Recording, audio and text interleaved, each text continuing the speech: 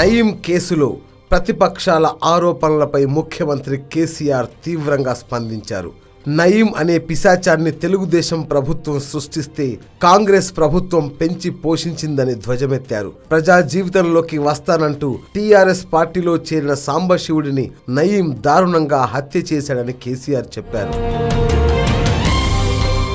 సాంబశివుడికి నివాళులర్పించేందుకు వెళ్లిన తాను అప్పుడే నయీం లాంటి అరాచక శక్తులను అణిచివేస్తామని చెప్పామని గుర్తు చేశారు. 2007లో నయీం తప్పించుకుంది కాంగ్రెస్ ప్రభుత్వ హయాంలో కాదా అని కేసీఆర్ ప్రశ్నించారు. నయీం చేసిన అరాచకాలన్నీ కాంగ్రెస్ ప్రభుత్వ హయాంలోనేనని జీవన్ రెడ్డికి కేసీఆర్ కౌంటర్ ఇచ్చారు. కాంగ్రెస్ ప్రభుత్వం 10 ఏళ్లలో ఏం చేయలేకపోయినా కానీ టీఆర్ఎస్ ప్రభుత్వానికి 2 ఏళ్లు పట్టిందా అని ప్రశ్నించడం ఎంతవరకు సమంజసమని నిలదీశారు.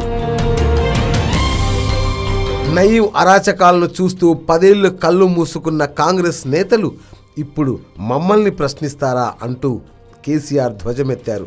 నయీం లాంటి అరాచక శక్తులపై చర్యలు తీసుకుంటున్నాం కాబట్టే హైదరాబాద్తో పాటు తెలంగాణలో క్రైమ్ రేటు తగ్గిందని కేసీఆర్ అన్నారు. నయీంను పట్టుకుంటే మరిన్ని అరాచకాలు వెలుగు చూసేవని, కానీ కాల్పులకు దిగడంతో పోలీసులు ఎదురు కాల్పులు జరిపి అంతం చేశారని చెప్పారు. అరాచకాలకు పాల్పడితే నయీం అయినా అతని తాత అయినా విడిచిపెట్టమని తేల్చి చెప్పారు.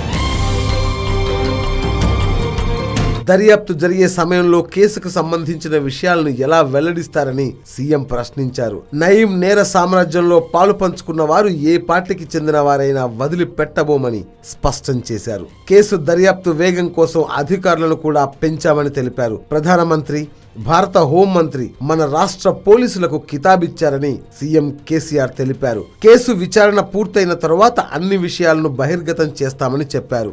భారతదేశంలోని బెస్ట్ పోలీస్ మన రాష్ట్రంలో ఉన్నప్పుడు సిబిఐకి కేసును అప్పగించాల్సిన అవసరం ఏముందని ప్రశ్నించారు.